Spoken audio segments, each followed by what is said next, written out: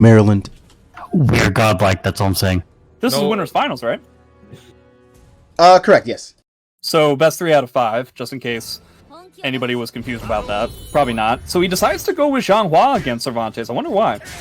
Yeah, interesting. Maybe he just feels like she has decent answers to some of his moves, and maybe perhaps the I-12 CE plays a big factor. Having a 12 frame 80 damage, just ability to just be like, hey, you did this move, take a bunch of damage, is really strong, and she's the only character left in the game with it.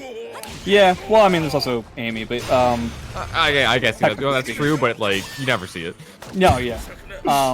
So I will say, correct me if I'm wrong, Cervantes 3B is minus 14, right? Yes, it is. Yeah, so maybe he doesn't want to necessarily try to rely on the stab punishes that Sophie would potentially get due to the fact that this is an online tournament. So he might be going for a character that has better frames and relatively easier punishes to kind of cope with the environment. Nice punish. Going in, got the big kicks. Oki pressure right now, and I like the stance cancel into the throw attempt, trying to just mix up his timing and kind of set Exander on edge.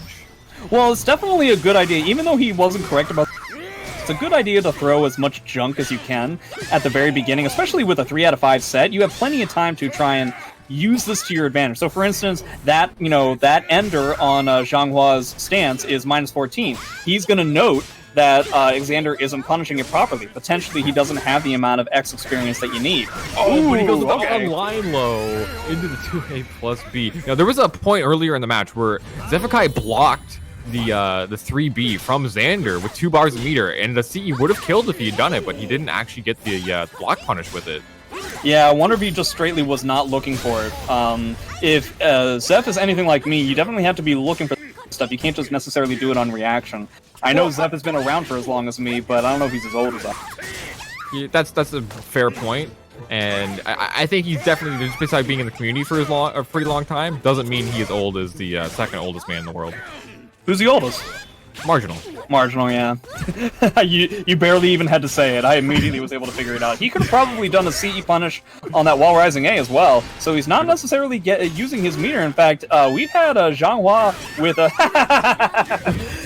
I appreciate that punish to a potential crybaby. That was great. Yep. Yeah, he's at 2 bars of meter for like since the entire game, yeah. Xianghua, not necessarily the most impressive soul charge, and that's putting it lightly, but definitely one of, if not the most impressive supers. Yeah, and Xander is just kind of baiting out Xephukai, getting decent whiff punishes, and there he goes, ducking in the high into the wall rising A punish. I don't think I even knew that was a high. It looks like he was able to catch him out of an IGDR, so that's nice. Oof. Jay, how does that make you feel? You've been alive for so long, and you didn't know that string was a high. I mean, the concept that I would have to deal with the sheer tonnage of the weight of my failures as a man is not necessarily all that uncommon for me. Trust me, just spend like 5 minutes with my father, I have no, it is not an uncommon thing to be told of how much of a disappointment I am. That's great to hear. Well, I'm really proud of Xephukai using his meter to get that block punish. Oh, we're talking about Soul Calibur? Great. Let's talk about Soul Calibur, yeah. Alright, they get the wall rising game. In all seriousness, we definitely need to see Zeph using his meter a lot more. He's just like blocking these things and not necessarily getting all that much damage. His meter usage has basically been nil. And right there, he could have just won the game. And he ends up doing it anyway. Ends up winning it anyway, but it could have been like 30 frames earlier. Yeah, I just feel like he's using meter as like a combo ender, which is fine, but I think one of the things that really makes that stuff powerful is the fact that you don't have to use it that way. You can use it as just a straight-up block punishment tool. Especially with the fact that, you're dealing with Cervantes, who puts himself at that kind of frame disadvantage relatively often, that, it seems like, that's going to be a thing that should be happening a lot more often. Yeah. Alright, just reading the chat, it looks like the only time that Zeph tried to block punish something with XCE is something that was -8 rather than -12. That's funny. That's hilarious. It worked out because Xander tried to step, so... Because it's -8, yeah. So if anything, it was kind of like this Yomi layer on top of Yomi that didn't make any sense. It's like when Geralts do like 6BB and then like you do your CE to like counter hit their backstep because you're like, oh, it's safe. Yeah, exactly.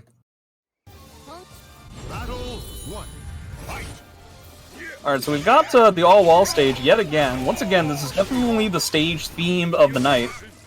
And Exander just guessing correctly on all these highs, able to get these wall rising A punishes, which is really, really strong. What a great from crouch punish. Well, it's definitely something that that Xeph should be noticing, because it's not even necessarily that Exander is making those kinds of reads. He's just aware of where his character is strongest. So, because my character benefits from crouching under stuff more often, I want to use it Speaking more. of crouching under stuff, did you see him just duck that mid? I mean, X is pretty good, and Xeph knows how to do unfair things. Is this what game are we playing? Is this Tekken? Yeah. But yeah, definitely that move definitely has a little bit of ridiculousness. You can even find it in the command list in training mode. It definitely does give you a little asterisk to say that this will evade stuff randomly at times. Ooh, it doesn't end up getting the post-GI mix-up. He was back turn there. Didn't do the Cervantes classic of always going for the back turn B plus K, but gonna shoot him in the face. That's also the Amy classic. Yeah, that was like really great situation. So the Geode Array there, the Soul Charge version, it's the same situation that it was in Soul Calibur 5, and Xeph tried to GI the throw or the back turn attempt, and Xander realized it and went for the 3B. What a great it was pretty great. So we have an almost guard crush. We're gonna see. I presume that if Exander ends up getting the guard crush, he'll want to have it. Oh, nice. He'll want to have it happen near a wall. Oh, but that actually healed her guard gauge. That throw. Oh yeah. I didn't know about that. All right. If only X had a bar that was able to punish things that were -12. Yeah, Xeph, he's been dropping a lot of damage that he could have used Nice. year round, but you know what? It works as a whiff punish as well. Please correct me if I'm wrong. I might be 100% wrong on this, but I was under the impression that Cervi 22K, when it was not charged, was -12. Is that not right? I believe it's negative. Yeah, I thought that it was like negative enough where you can like punishable punish negative. it. Yeah, like punishable negative. Yeah, I might be wrong about that. Chat can tell me if I'm wrong or not. Apparently it's negative 10, so you could Oh, have okay. But it could just be unfamiliarity in the matchup. And the character, okay, finally the wall rising A able to connect that time. Did it delayed it slightly. Wow, he recovered from that soul attack really quickly, but still, Xeph was able to get the sidestep. Ooh, okay. No, that's just like another time ducking mids. Ooh, that's gonna be game, I think, because he's got the wall. I mean, X not exactly the highest damage character, so it looks like I'm a liar. But one thing that Exander has not been all that good at is blocking through that stance. He's, doing some good stuff. So now he has to worry about the Crybaby. Oh, he got through the Crybaby. How? How did he do that? I guess that he retracts his hitbox a little bit during that move, and was able just to sneak around the Crybaby. Wow, unfair. Yeah, needs nerf. Once again, we have Xeph with full bar, not necessarily using it as often, but, it's probably best that I don't knock it, seeing as how it's been pretty successful. Yeah, and he didn't get the wall version of the GDR there, so Xeph could have punished that with a CE as well. I'm going to see if he's able to divert away from this guard pressure. Potentially, ooh, okay. We got a pretty big hit here, and he has the gunshot lethal hit. Oh, but wow, what a great whiff punish. So one thing that I will say is that I find Exander, once he had the potential for a guard crush, I might be projecting, but I really feel like his pressure and his offense became significantly more predictable when it was obvious that he wanted to go for the guard crush. You know what I mean? And then Xeph started pressing more buttons and sidestepping a lot more often to try and take away those potential options. I feel if Exander had stayed the course, didn't change how he played simply because there was a tool available to him, and just kept playing the way that he was playing, it would have worked out a little bit better. Maybe. Yeah, I feel like he was trying to really, as you said, trying to enforce that. And the thing with Soul Calibur is in like most cases, like 99% of circumstances, fast moves don't break guard, right? Yeah. There's a few extenuating circumstances where they do, but most of the time they don't. So he was trying to go for these slow options, and Xeph, as you said, was able to just kind of counter hit him out of it and avoid the slower moves. So it looks like we're getting the same stage. I think we went random. But surprise, surprise, we're getting the exact same stage. I swear this happens every tournament. Yeah, it's the stage of the night. Yeah. It's this stage and the stand stage. It's like the two most common stages. Actually, I think that the two most played stages so far this tournament have been this stage and this stage during the day. Yo, Crybaby does not have hitboxes on Cervantes. It's crazy. Yeah. Dude, top 1 character. Oh no, dropping the combo. Well, does that combo fully work on smaller characters? It doesn't. Yeah, I so think there's a few characters but it doesn't work on him. Xianghua is a small character. Okay, maybe Yeah. a rising attack. she's very tiny. I'm gonna see if Xander's. Wow, okay. We're gonna see if Exander is able to come up with a way to. Yeah, he's getting like peppered with a lot of these small things, and I think it's making Xander a little bit jumpy. He's not able to figure out a rhythm, and please trust me, dealing with this kind of a rhythm and not knowing how to break out of it against Xephukai is something that I have a pretty solid amount of experience with. Yeah, and look at that. He was just holding guard there for like Xephukai, that rhythm. He is willing to do things for an uncomfortable amount of time. Yeah, absolutely. He's felt the rhythm. He'll feel the rhyme. He's probably going to get on up because it is bobsled time. I hate you so Oh, much. he Dave. caught him out of the CE, and he's going to get him a force block here. Except that it's not going to be a force block because if you want to just eat it and lose the round, that's another option. Okay, I'm sure that was intended. Ooh, doesn't get the whiff punish. Nice wall rising A again. Going for the K2s. This is kind of what we saw earlier from Xander. Kind of working in these lows, but the Crybaby just able to disrupt that offense. Looks like that's going to give him a wall combo. I don't know if this is going to kill. No, not quite. And He it didn't get won't. the second wall splat. And he didn't really have the meter. He didn't have the meter to do a CE, but the AA counter hit. Yeah, eventually it was great. going to work out that way.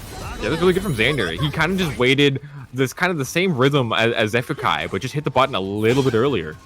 Yeah, I mean, it's a matter of, like, trying to keep situations like this from happening, where Xeph is able to get into this rhythm where, you know, he's weaving in and out of your potential defensive options and everything. He can't weave in and out of a defensive option if no option is being chosen. Yeah, that's a very fair point, but the wall pressure right now, Xander just wants to get him away from him, popping Soul Charge. He's not ducking, dude. You should go for more grabs. Definitely should. We haven't really seen too many grabs out of Xander, but you know, like, gonna get a big 3B in Soul Charge. Well, not the grab that does no damage, dude. I meant like a soul charge grab. Oh no, that's negative. That's gonna be the. Oh, Zeph was just incredibly late on that punish. Yeah, there might have been a little bit of a lag kind of situation happening there. Oh, okay. So we've gotten a little bit of spaghetti in that round, which is kind of unfortunate, but still a relatively good set. We have guard pressure, sort of, from both of these characters. I would say the Cervantes is probably going to be a little bit better at utilizing that guard pressure if he wants it. Okay, going for the wall rising A again, but Xephukai finally just changing it up a little bit, delaying his timing. I really feel like Zeph has just kind of like slowed it down the past round and a half, and it's just made it a poking kind of match, and Exander has not been able to figure out what to do. Yeah, that's a really good observation. Jay. Exactly what he's been doing. Oh, the flash out GR whipping over top of her. That was really weird. Yeah, So- that move's supposed to hit on the ground. That's crazy. This is a very difficult situation that Exander is in now. He can't do anything like what he just did, and it's going to end up giving Zeph the 3-0 in winners finals. So we'll see Zeph again in the finals/grand. And then Xander